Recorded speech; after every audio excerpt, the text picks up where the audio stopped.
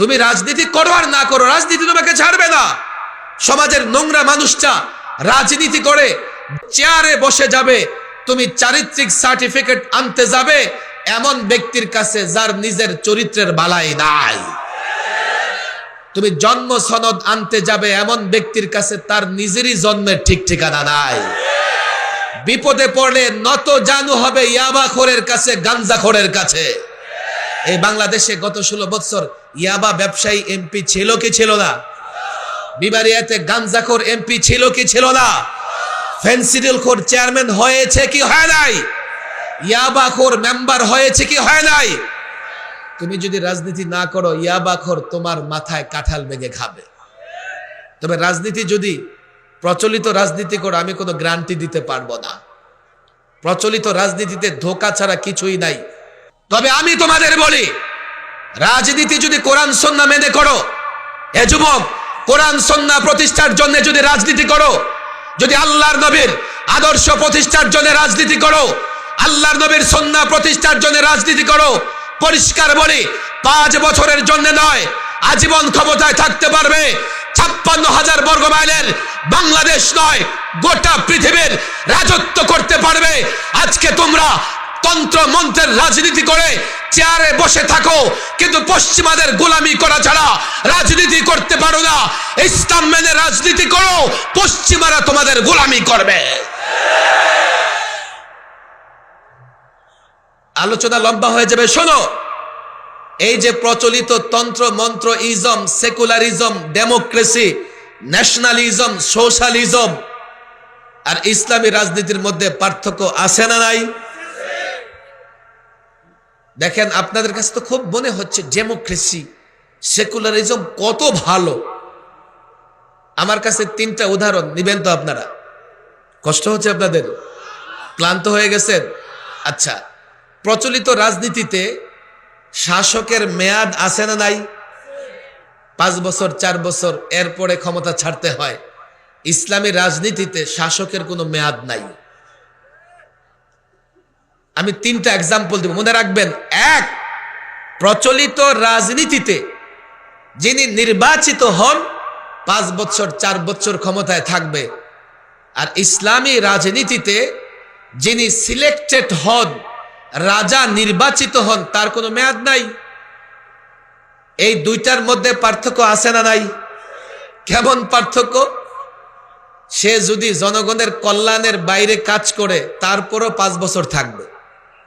সে যদি খারাপ হয়ে যায়, আপনার 5 বছর কিল খাইতে হবে। আরে কথা ঠিক না বেঠিক? ইসলামী রাষ্ট্র ব্যবস্থায় মেয়াদ নাই। জনগণের কল্যাণে কাজ করলে আজীবন থাকবা, আর জনগণের কল্যাণে যদি কাজ না করো একদিনও থাকতে পারবা না।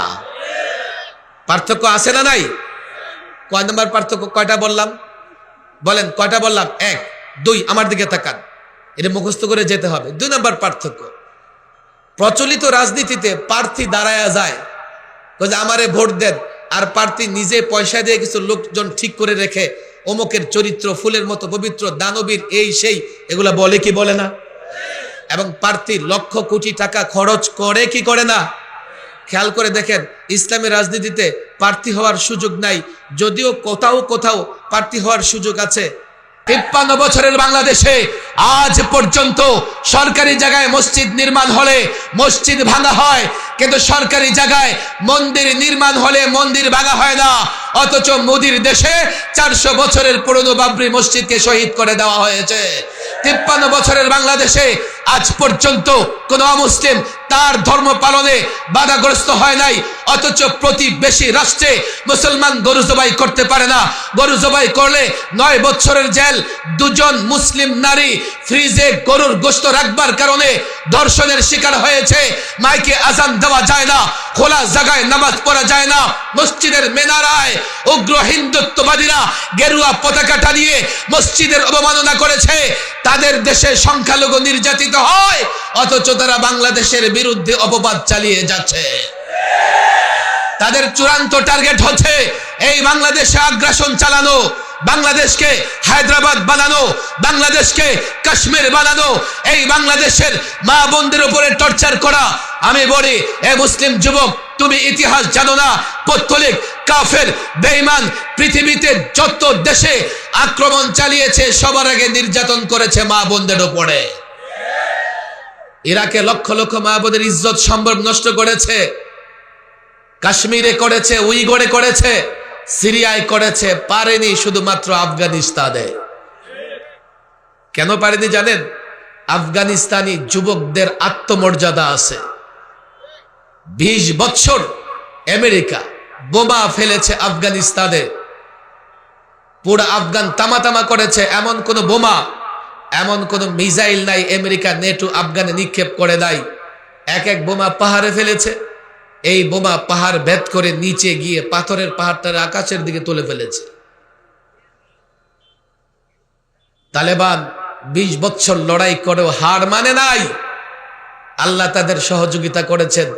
20 বছর পরে তারা যখন প্রতিরোধ যুদ্ধ নতুন করে শুরু করেছেন, আমেরিকার নেটো বাহিনী লুঙ্গি গামছা নিয়ে পালাবার পথ খুঁজে পায় না। বাংলাদেশে তা আগ্রাসন চালাতে চায়। এই বাংলাদেশকে আমার হেফাজত করতে হবে, এই ভূখণ্ডকে আমাকে হেফাজত করতে হবে। কেন করতে হবে? আমি এই ভূখণ্ড পেয়েছি ইসলামের জন্য। অনেক কথা আপনাদের ধৈর্য হবে না। আমরা বাংলাদেশ পেয়েছি ইসলামের কারণে, এই দেশটা মুসলমানের। বলবেন তাহলে হুজুর হিন্দু বৌদ্ধ খ্রিস্টান দেশ থেকে চলে যাবে? না, কাউকে দেশ থেকে যেতে হবে না। আমরা সহনশীল, আমরা সহনশীল, সকলের সঙ্গে মিলে মিশে আমরা এই দেশে বসবাস করতে চাই। তবে মনে রাখবেন, দেশটা পেয়েছি ইসলামের জন্য। 47-এ ভালো করে বুঝবেন, আমরা যদি ইসলাম প্রতিষ্ঠা করতে না চাইতাম, আমরা যদি সংখ্যাগরিষ্ঠ মুসলিম না হতাম, 47-এ আমরা এই ভূখণ্ড পেতাম না। আমরা হয়তোবা থাকতাম দিল্লির সঙ্গে। কেমনে? ক্যালকাটা হয়ে, আসাম হয়ে আমরা দিল্লির অধীনস্থ থাকলে 47-এ এই ভূখণ্ড না পেলে 71-এ আমরা এই ভূখণ্ড স্বাধীন করতে পারতাম না। 47-এ আমরা ভূখণ্ড কেন পেয়েছি? বাসার জন্যে? কেন? এই যে 2 মেরুতে 2টা রাষ্ট্র, মাঝখানে 2000 কিলোমিটার, এই 2 মেরুতে 2টা অংশ একটা রাষ্ট্র কেমনে হলো? আমাদের ভাষা এক। আমাদের ভাষা কি? বাংলা। আর তাদের ভাষা কি? আমাদের তাদের খাবার দাবার এক। আমরা মাছে ভাতে বাঙালি, আর ওরা রুটি গোশত খায়। আমাদের আর তাদের দেহের কালার এক। আমাদের বাঙালিরা সোনালী কালারের, গোল্ডেন, আর তারা সাদা রঙের। ভাষাও এক না, তারপরে বডিও একরকম নয়, তারা অনেক লম্বা চৌড়া হয়। তাদের আমাদের দেহের রঙও এক না, তারপরও 2টা অংশ একটা রাষ্ট্র হয়েছে। কেন? ইসলামের জন্য। কথা ঠিক না বেঠি? আমরা রাষ্ট্র পেয়েছি ইসলামের জন্য, আমরা ভূখণ্ড পেয়েছি ইসলামের জন্য। এই যুবক, যদি এই ভূখণ্ড হেফাজত করতে হয়, ইসলাম ছাড়া, ঈমান ছাড়া এই ভূখণ্ড হেফাজত করা যাবে না। আমরা ইসলামের জন্য এই ভূখণ্ডকে হেফাজত করব, আমরা ইসলামের জন্য এই ভূখণ্ডকে রক্ষা করব। আর এই ভূখণ্ডকে রক্ষা করব এই জন্যে যাতে আমরা পৌত্তলিক দ্বারা আগ্রাসনের শিকার হয়ে গোলামের জিনজিরে আবদ্ধ না হয়ে যায়। কথা ঠিক না বেঠিক? অনেক কথা আমি এই বিষয়গুলো শুধু আপনাদের সামনে বলি এমন না, টেলিভিশন টক শোতে একাডেমির আমি চ্যালেঞ্জ করেছি। আমি বলেছি, এই রাষ্ট্র পেয়েছি ইসলামের জন্য। পৃথিবীর কোনো শিক্ষিত মানুষ থাকলে, কোনো পণ্ডিত থাকলে, অ্যাডভোকেট, বিচারপতি থাকলে আমার চ্যালেঞ্জ গ্রহণ করো। তারা সেই চ্যালেঞ্জ গ্রহণ করতে পারবে না। কেননা তারা আমার ইতিহাসকে মিথ্যা প্রমাণ করতে পারবে না। 47-এ এই ভূখণ্ড পেয়েছি। এই পূর্ব পাকিস্তানের ভূখণ্ডে স্বাধীনতার পতাকা উত্তোলন করেছিলেন একজন আলেম, মাওলানা জফর আহমদ ওসমানী। পশ্চিম পাকিস্তানে স্বাধীনতার পতাকা উত্তোলন করেছিলেন আরো একজন আলেম, মাওলানা শাব্বির আহমদ ওসমানী। 47-এ ভূখণ্ড পেয়েছি বলে 71-এ পাকিস্তানের জালেম শাসকদের বিরুদ্ধে লড়াই করে এই ভূখণ্ডকে আমরা স্বাধীন করেছি। কেউ বলে না শুধু 71 বলেন, 47 বলার দরকার নাই। আমি বলি, তাহলে বাবার পরিচয় দিলা, দাদার পরিচয় দিলা না, অথচ দাদা না হলে তোমার বাবা হতো না। কেউ যদি শুধু বাবার পরিচয় দিতে পারে, সে নিজে জারজ সন্তান হবে না, কিন্তু দাদার পরিচয় দিতে না পারলে বাবাকে জারজ হওয়া থেকে বাঁচাতে পারবে না। আমি প্রজন্মের যুবকদের বলি, যারা ইসলাম ঈমান মানে তারা ঈমানবাদী। কথা ঠিক না বেঠিক? আর ঈমান ইসলাম ছাড়া এই ভূখণ্ডকে হেফাজত করা যাবে কেন? দেখেন, বস্তুবাদী চিন্তা করবে কি জানেন? হায় হায়, ভারত আমার দেশে আগ্রাসন চালাবে, আমি নতজানু হয়ে যাব, গোলাম হয়ে যাব। কেন? ভারতের বস্তু আসবাব বেশি, তাদের অস্ত্র সংখ্যা বেশি, তাদের দেশ কত বড় দেশ, তাদের সেনাবাহিনী বড়, সে ভারতের বিরুদ্ধে লড়াই করে বাংলাদেশকে হেফাজত করতে পারবে না, সে গোলামীর জীবন যাপন বাছাই করে দেবে। আর যারা ঈমানবাদী, আমি তো পরিষ্কার বলি, সে ভারত হোক আর ইসরায়েল হোক, যারা ঈমানবাদী, আল্লাহর উপর ভরসা করে এই ভূখণ্ডকে হেফাজত করবে, তারা হেফাজত করতে পারবে। আপনি বলবেন চাপা মারতেছেন, আপনারা রাষ্ট্রকে হেফাজত করতে পারবেন না। আরে আমি বলি না, নরেন্দ্র মোদীকে জিজ্ঞেস করো, বাংলাদেশের বিরুদ্ধে এজন্যই ষড়যন্ত্র করে।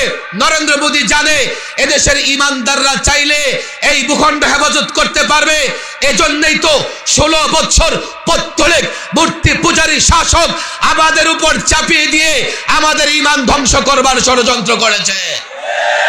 নরেন্দ্র মোদী, কসাই মোদী জানে একজন মোহাম্মদ বিন কাসেম যদি আরব থেকে দিল্লি পর্যন্ত যুদ্ধ করে, লড়াই করে দিল্লিতে ইসলামের পতাকা উড্ডীন করতে পারে, এই বাংলাদেশে 17 বছরের হাজারো মোহাম্মদ বিন কাসিম আছে, এই বাংলাদেশে হাজারো যুবক আছে যারা বীর, যারা সৈনিক, যারা সাহসী আলেমরা যদি তাদেরকে ঈমানি বলে বলিয়ান বানাতে পারে, তাদের জাগ্রত করতে পারে, শুধু ঢাকায় নয়, দিল্লিতে ইসলামের পতাকা উড়বে।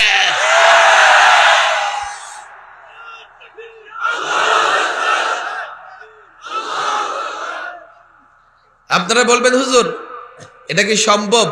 আপনি কবেকার ইতিহাস বলেন, আমি কিন্তু দুইটা ইতিহাস মাঝখানে বলে ফেলেছি। নেটো আমেরিকার বিরুদ্ধে যদি আল্লাহ আফগানিস্তানকে সহযোগিতা করতে পারেন, তো ভারত আগ্রাসন চালালে ভারতের বিরুদ্ধে বাংলাদেশকে সহযোগিতা করবেন না। 1.5 বছর 2 বছর আগের ঘটনা, সিরিয়া নাম শুনছেন? সিরিয়া মুসলমানদের একটা ভূখণ্ড, 8 পরাশক্তি মিলে সিরিয়াকে ক্ষত বিক্ষত করে ফেলেছে। 8টা পরাশক্তি, একদিকে ইসরায়েল বোমা মারে, আরেকদিকে রাশিয়া বোমা মারে, আরেকদিকে আমেরিকা বোমা মারে, আরেকদিকে আবার বাশার আল আসাদের বাহিনীর বোমা মারে, আবার আরেকদিকে আইএস বোমা মারে, আরেকদিকে তুরস্কের সেনাবাহিনী কাজ করতেছে। সিরিয়াকে কেন টার্গেট করেছে পশ্চিমা বিশ্ব এটাও বুঝতে হবে। সিরিয়া ওই ভূখণ্ড যেখানে হাজারো পয়গাম্বর এসেছেন, হাজারো পয়গাম্বর মাদফুন হয়েছেন, দাফন হয়েছেন। সিরিয়া ওই ভূখণ্ড, কিয়ামতের আগে গোটা পৃথিবীতে লোকেরা দৌড়ে গিয়ে সেই ভূখণ্ডে জমা হবে, ময়দানে মাহশর সেখানেই কায়েম হবে। এরপরে গোটা পৃথিবীটাকে ময়দানে মাহশরে পরিণত করা হবে। সিরিয়া ওই ভূখণ্ড যেখানে কিয়ামতের আগে যখন সবচাইতে বড় লড়াই হবে, সেই লড়াইটা সিরিয়ার ময়দান থেকে শুরু হবে। এজন্য ইহুদি কাফের বেঈমান এই সিরিয়ার মাটিকে ধ্বংস করবার জন্য, সিরিয়াকে দখল করবার জন্য, সিরিয়াকে দখলে রাখবার জন্য, বিশেষ করে ইহুদি শক্তি, ইহুদিরা মনে করে দাজ্জাল সিরিয়া থেকে আসবে। এই জন্য ইহুদিরা এই সিরিয়ার ব্যাপারে পোড়া মাটি নীতি গ্রহণ করেছে। তারা যে কোনোভাবে সিরিয়াকে দখল করে রাখবে। ভালো করে বুঝবেন, সেই সিরিয়াতে আমরা কয়েকদিন আগে দেখলাম আল্লাহ তাবারক ওয়া তাআলা প্রায় মূল জায়গাতে ইসলামপন্থীদের বিজয়ী করেছে। ঈমানবাদীরা লড়াই করবে, যাদের ঈমান নাই তারা লড়াই করতে পারবে না। আর ঈমান শিক্ষা দেওয়া হয় এই মাদ্রাসাগুলো থেকে, কথা ঠিক না বেঠিক? আপনারা বলেন হুজুর আপনারা আবার কবে দেশের জন্য লড়াই করেছেন? আরে আমরা কবে, ঈমানদাররা কবে দেশের জন্য লড়াই করেছে? ইতিহাস পড়ো। 200 বছর ইংরেজরা এই ভারতকে গোলামীর জিনজিরে আবদ্ধ করে রেখেছিল। আমরা জানি কি জানি না? ইংরেজদের কাছ থেকে দেশটা লড়াই করে স্বাধীন করেছে হিন্দুরা, বৌদ্ধরা, খ্রিস্টানরা। কারা স্বাধীন করেছে? এখানে যারা মুরব্বী আছেন, যাদের বয়স আমার দিকে তাকান 70-80 বছরের উপরে, তারা নিঃসন্দেহে বাবার কাছে শুনেছেন মুসলমানরা লড়াইয়ের ময়দানে ইংরেজদের বিরুদ্ধে লড়াই করেছে, আর হিন্দুরা ইংরেজ থেকে জাগির এনে এনে তাদের খাজনা তুলে দিয়ে মুসলমানদের উপর টর্চার করেছে। আপনি বলবেন হুজুর আপনি বাড়াবাড়ি করতেছেন। আমি বাড়াবাড়ি করি না, আমার কথা বুঝবার চেষ্টা করেন। মোদির অফিস যেখানে দিল্লিতে, এই মোদির অফিস থেকে মাত্র কয়েকশো গজ দূরে একটা দিল্লি গেট আছে, বিশাল গেট। সেই দিল্লি গেটে 93,000+ এমন নাম আছে যারা ভারতের স্বাধীনতা যুদ্ধে জীবন দিয়েছেন। এই দিল্লি গেট মুসলমানরা বানায় নাই, এই দিল্লি গেট পৌত্তলিক মূর্তি পূজারীরা বানিয়েছে। সেই দিল্লি গেটে ছোট্ট ছোট্ট করে 93,000 প্লাস শহীদদের নাম আছে, যারা ভারতে ইংরেজদের বিরুদ্ধে লড়াই করে শহীদ হয়েছেন। আপনি কখনো দিল্লিতে গেলে চেষ্টা করবেন ওই নামগুলো পড়তে পারেন কিনা। আপনি চেষ্টা করে নামগুলো যদি পড়তে পারেন তো কি দেখবেন জানেন? 2টা 3টা 4টা নাম মুসলমানের পরে একটা অমুসলিমের নাম। এই তালিকা আমরা তৈরি করে নাই, তারা তৈরি করেছে। প্রকৃত তালিকা তার চাইতেও যদি প্রকৃত তালিকা তৈরি করা হয় তাহলে আপনি দেখবেন অন্তত 98% মুসলমান আর বাকি 2% সব। শাহ আব্দুল আজিজ রহিমাহুল্লাহ ইংরেজদের বিরুদ্ধে ফতোয়া দিয়েছেন। ইংরেজরা অন্তত 20,000 আলেমকে শহীদ করেছে। কেমনে শহীদ করেছে জানেন? স্বাভাবিকভাবে না, দিল্লির জামে মসজিদের বারান্দায় ফাঁসির মঞ্চ তৈরি করেছে। সকালবেলা একজন আলেমকে ফাঁসি দিত, বিকেলে আবার আরেকজন আলেমকে ফাঁসি দিত। এক ইংরেজ ঐতিহাসিক, মুসলমানের কথা বলি না, তার নাম টমসন, সে ইতিহাস লিখেছেন যে আমি একবার তাঁবুতে ফিরে গেলাম, তাঁবুতে ফিরে গিয়ে দেখি মানুষ পোড়ার গন্ধ আসতেছে, মানুষ পোড়ার গন্ধ। আমি তাঁবুর পিছনে গিয়ে দেখি এক জায়গায় অগ্নিকাণ্ড তৈরি করে 20 জন আলেমকে আগুনে পোড়ানো হচ্ছে, আর 20 জন আলেমকে উলঙ্গ করে দাঁড় করিয়ে রাখা হয়েছে।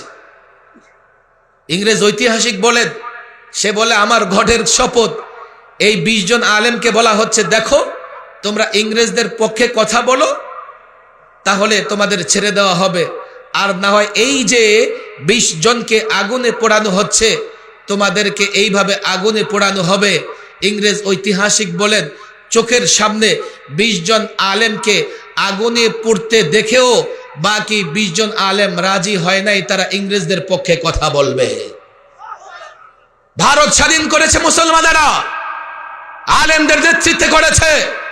কে বলেছে এই মাদ্রাসাগুলো এমন এক দুর্গ, শুধুমাত্র এই মাদ্রাসাগুলো যদি পরকালে কাজে লাগতো কাফের বেঈমানরা এই মাদ্রাসাগুলোর বিরোধিতা করতো না। তারা জানে, আমি তো পরিষ্কার বলি, নরেন্দ্র মোদী, কসাই মোদী, ইহুদি, ইসরায়েলিরা যদি বাংলাদেশে আগ্রাসন চালায়, আমি পরিষ্কার বলি, হে যুবক, তুমি তোমার নেতার কথা হয়তো বা শুনবে, তুমি তোমার দলের আনুগত্য করবে, দেশের পক্ষে লড়াই করবে না। মাদারেসে কওমিয়ার ছাত্র শিক্ষক যারা মাদারেসে কওমিয়াকে মহব্বত করে, আল্লাহর কসম দেশ আগ্রাসনের শিকার হলে সবার আগে তারা রণাঙ্গনে যুদ্ধের ময়দানে ঝাঁপিয়ে পড়বে।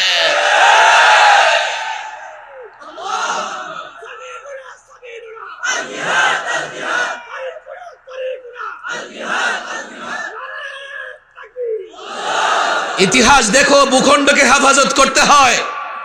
আল্লাহর পয়গম্বর মদিনা মুনাওয়ারাতে ইসলামী রাষ্ট্র প্রতিষ্ঠা করার পরে আজকে যেমন নেটো কাফের শক্তিদের একটা জোট, আল্লাহর নবী মদিনা মুনাওয়ারায় ইসলামী রাষ্ট্র প্রতিষ্ঠা করার পরে আরবের সমস্ত কাফের, বেঈমান, ইহুদি, মুনাফিক, পৌত্তলিক একজোট হয়ে মদিনা আক্রমণ করবে। আল্লাহর নবী সাহাবাদের নিয়ে পরামর্শে বসলেন। পরামর্শক্রমে হযরত সালমান ফারসি রাদিয়াল্লাহু তাআলা আনহুর পরামর্শ অনুযায়ী মদিনাকে হেফাজত করবার জন্য আল্লাহর পয়গম্বর মদিনার চতুর্দিকে খন্দক খনন করলেন, গর্ত খনন করলেন। ওদিক দিয়ে কাফেরদের যৌথ বাহিনী, কাফেরদের জোট বাহিনী মদিনা আক্রমণ করতে আসতেছে। আল্লাহর পয়গম্বর রাত দিন মেহনত করে নামাজ পর্যন্ত কাজা হয়ে গেছে। এক সাহাবী আল্লাহর নবীকে বললেন, ইয়া রাসূলুল্লাহ, পেটে খাবার নেই, পাথর বাঁধা। রাসূল কাপড় তুলে দেখালেন, দেখো আমার পেটেও পাথর বাঁধা, মদিনাকে হেফাজত করতে হবে, কাফের বেঈমানকে মদিনা আক্রমণ করতে দেওয়া যাবে না। কেন? মদিনা আক্রান্ত হলে পয়গম্বর আক্রান্ত হবে, মদিনা আক্রান্ত হলে পয়গম্বরের স্ত্রীগণ, পয়গম্বরের কন্যাগণ আক্রান্ত হবে, সাহাবার আক্রান্ত হবে, সাহাবাদের স্ত্রী, কন্যা, মেয়ের আক্রান্ত হবে। 27 দিন কাফের বেঈমান মুশরিকরা মদিনা ঘেরাও করে রেখেছেন, কিন্তু মদিনা দখল করতে পারেন নাই।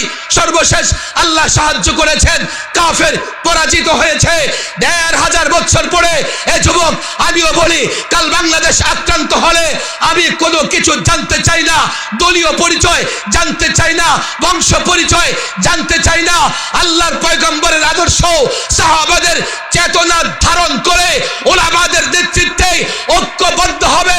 কেন কেন বাংলাদেশ আক্রান্ত হলে তোমার মা আক্রান্ত হবে, বাংলাদেশ আক্রান্ত হলে তোমার বোন আক্রান্ত হবে, বাংলাদেশ আক্রান্ত হলে তোমার মেয়ে আক্রান্ত হবে, বাংলাদেশ আক্রান্ত হলে মসজিদ আক্রান্ত হবে, মাদ্রাসা আক্রান্ত হবে। আল্লাহর কসম, আফগানিদের মতো, তালেবানদের মতো বাংলাদেশ যদি আক্রান্ত হয়, শেষ রক্ত বিন্দু দিয়ে বাংলাদেশ হেফাজত করবার জন্য যে কোনো তাগুতি শক্তির মোকাবেলা করতেই হবে।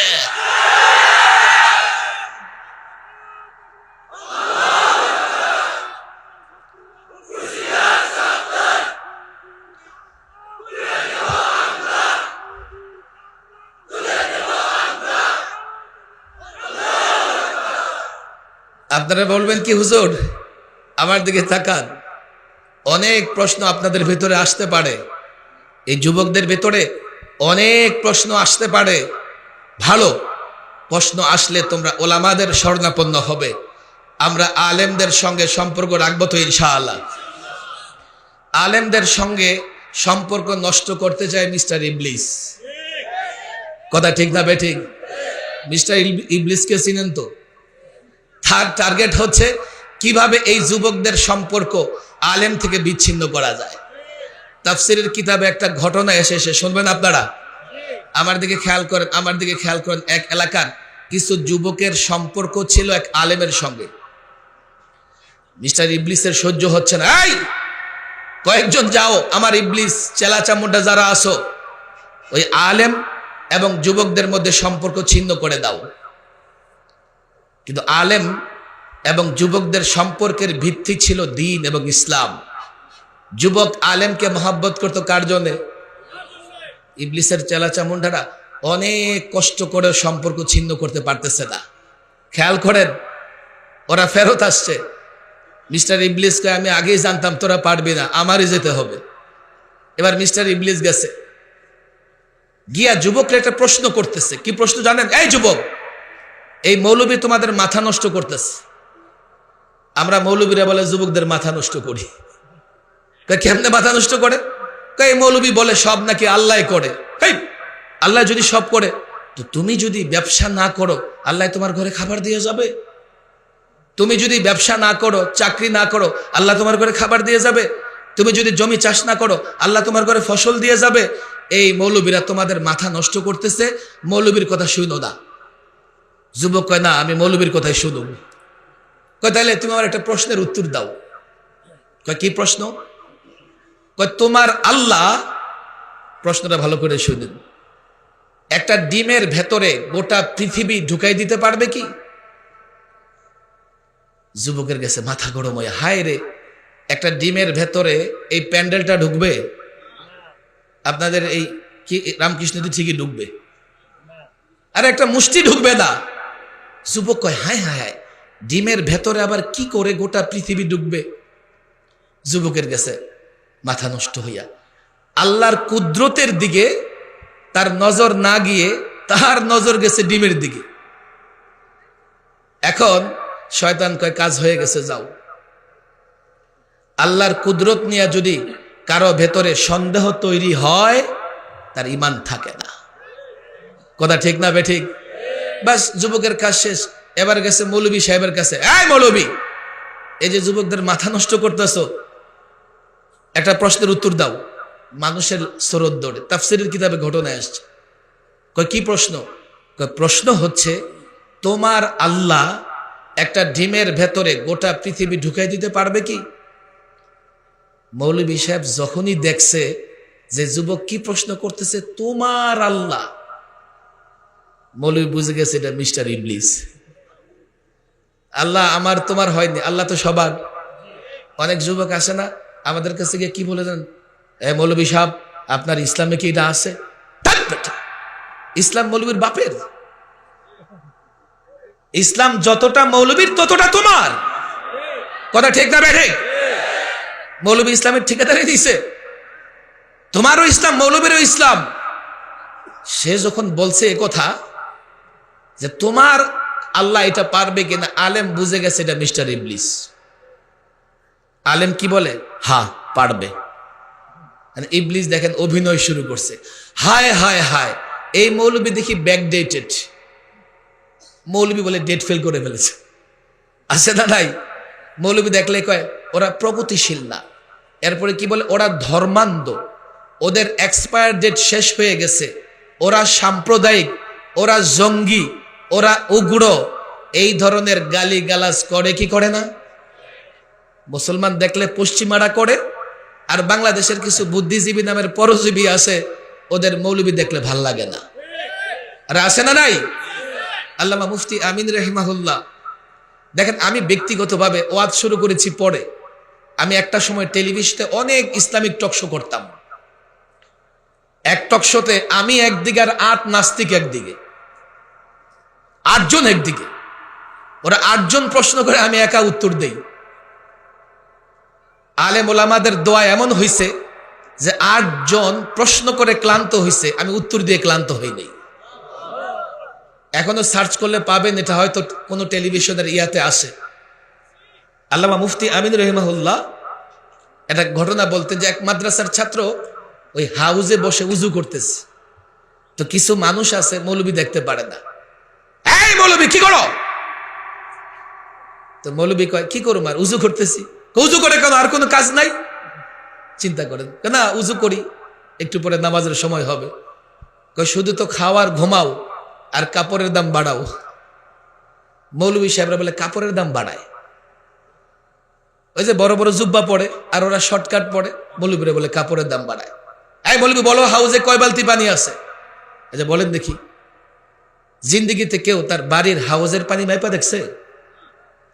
দেখেন আপনাদের বাড়িতে যে হাউজ আছে, কয় বালতি পানি বলতে পারবেন? এমন প্রশ্ন কেন করছে? সে মৌলবীর ঠেকাইতে চায়। কিন্তু মৌলবীটাও ছিল এমন, আচ্ছা কয় বালতি পানি আছে? আপনি আগে বলেন আপনার বালতি কত বড়? এ বালতি ছোট বড় আছে না নাই? একেবারে 2 লিটার থেকে 100 লিটারের বালতি আছে না নাই? আপনি আগে বলেন বালতি কত বড়। বালতি যত বড় ওই হিসাবে হাউজের পানি কি করা হবে। যদি আপনার বালতি এই হাউজের মতো বড় হয় তো কয় বালতি আছে?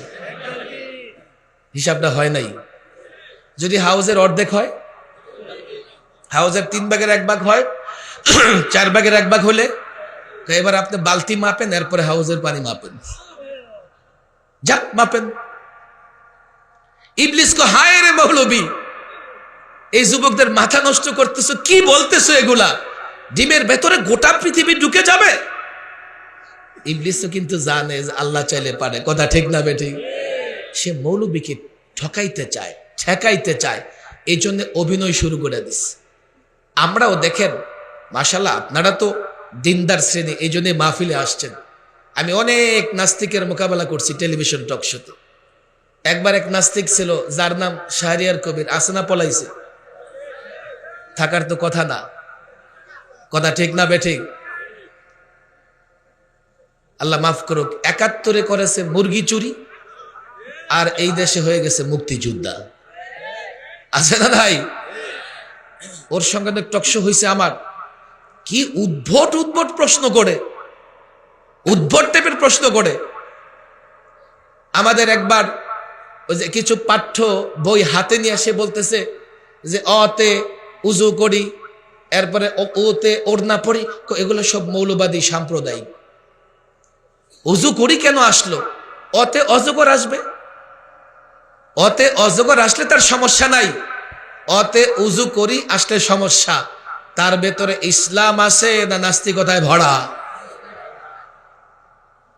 অনেক নাস্তিক বাংলাদেশেও আছে যারা আমাদের শিক্ষিত সমাজকে অনেক প্রশ্ন করে তাদেরকে ঈমান হারা করবার ষড়যন্ত্র করতেছে, আছে না নাই? এমন অনেক। একটা বড় প্রশ্ন, আমি তো প্রায়, আপনাদের কষ্ট হচ্ছে না তো, আমি সরকারি মেহমান থাকাকালীন 2.5 মাস রিমান্ডে ছিলাম। রিমান্ড ঢাকার থানাগুলো ঘুরে ঘুরে। এই রিমান্ডে আমাদের এদেশের পুলিশ অফিসাররা এতটা অদ্ভুত টাইপের প্রশ্ন করেছে, আমি মনে করি গ্রামের যে সপ্তাহে একবার নামাজ পড়ে সেও এমন প্রশ্ন করবে না। অদ্ভুত টাইপের প্রশ্ন, মনে হয় যে তার বাপ দাদা 14 গোষ্ঠী ইসলাম বুঝে না। বড় একটা প্রশ্ন ছিল, আপনারা এদেশে কিভাবে খেলাফত কায়েম করবেন? আমি বলছি যে আল্লাহ চাইলে করবো ইনশাআল্লাহ। তার এটা বুঝে আসে না, আল্লাহ চাইলে আবার কেমনে করবেন? আরে দেখো না আল্লাহ চাইলে কেমনে পালায়। আল্লাহ না চাইলে তাদের পালাইতে হইতো। 16 বছরে কম আন্দোলন করছেন আপনারা। যখন আল্লাহ চেয়েছে, আল্লাহর গজব যখন এসেছে, দুপুরের খাবার নাকি রেডি, খেয়ে যেতে পারে নাই। আমরা কারো বিরুদ্ধে প্রতিশোধ নিতে চাই না। আমরা আলেম ওলামা যখন নামাজে দাঁড়াই তখন কি বলি? কি বলি? আনা ইমামুল লিমান হাদারা ওয়া মা ইয়াহদুরুন। আমি ইমাম, যে উপস্থিত এবং যে একটু পরে কি হবে? উপস্থিত হবে। আমরা কি এখানে বলি যে আনা ইমামুল লিমান বিএনপি, আওয়ামী লীগ? নামাজ শেষে যখন দোয়া করি রব্বানা আতিনা ফিদ দুনিয়া, এটা বলে কি বলি? ইল্লা বিএনপি, ইল্লা আওয়ামী লীগ বলি? তাহলে এই দেশের মৌলবীরা সবচাইতে বেশি সহনশীল। আলেম ওলামারা কখনো উগ্র না।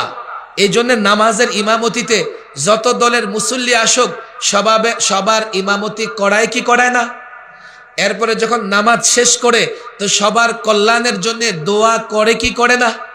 তাহলে এদেশের মৌলবীরা সবচাইতে ভদ্র, সভ্য এবং সবার হিতাকাঙ্ক্ষী। তারা কোনো দলান্দ না। কথা ঠিক না বেঠিক? আপনাদের কষ্ট হইতেছে মনে হয়। আলেম ওলামারা কারো পক্ষে, আমরা কোনো প্রতিশোধ নিতে চাই না, আমরা কোনো হিংসা পরায়ণ না। কিন্তু ভাই, তুমি কাজ যেমন করেছো ফলাফল তেমন পাবা। জুলুম করেছো, এখন দুনিয়া আখেরাতে তোমার শাস্তি ভোগ করতে হবে। যতই চট করে আসার চেষ্টা করো, অপরাধ যেহেতু করেছো চট করে আসতে পারবা না। অপরাধ করেছো, শাস্তি তোমাকে ভোগ করতেই হবে। আমি চাইলেও ভোগ করতে হবে, আমি না চাইলেও ভোগ করতে হবে।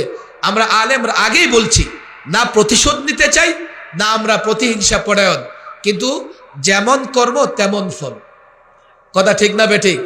আমার একজনে বলে হুজুর এটা হইতেছে না। আমি কি কোনটা হবে বলো? যেমন কুকুর তেমন মুগুর, যেমন কর্ম তেমন ফল না।